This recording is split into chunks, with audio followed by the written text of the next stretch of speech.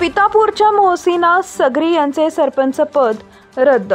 मुदतीत जात वैधता प्रमाणपत्र सादर न केल्यानं अक्कलकोट तालुक्यातील पितापूरच्या सरपंच मोहसिना अब्दुल कादर सगरी यांना सरपंच म्हणून राहण्यास जिल्हाधिकारी कुमार आशीर्वाद यांनी अपात्र घोषित केलं आहे।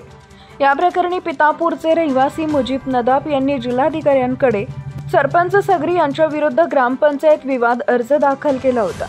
जिल्हाधिकाऱ्यांसमोर या प्रकरणी सुनावणी घेण्यात आली।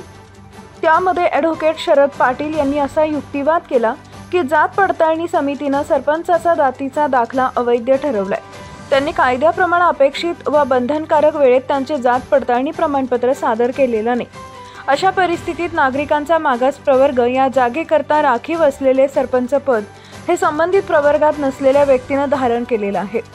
अशा परिस्थितीत महाराष्ट्र ग्रामपंचायत अधिनियम कायद्यातील संबंधित तरतुदीप्रमाणे त्यांनी वेळेत जात वैधता प्रमाणपत्र सादर केलेलं नाही, त्यामुळे त्यांना सरपंच म्हणून राहण्याचा कोणताही अधिकार नाही।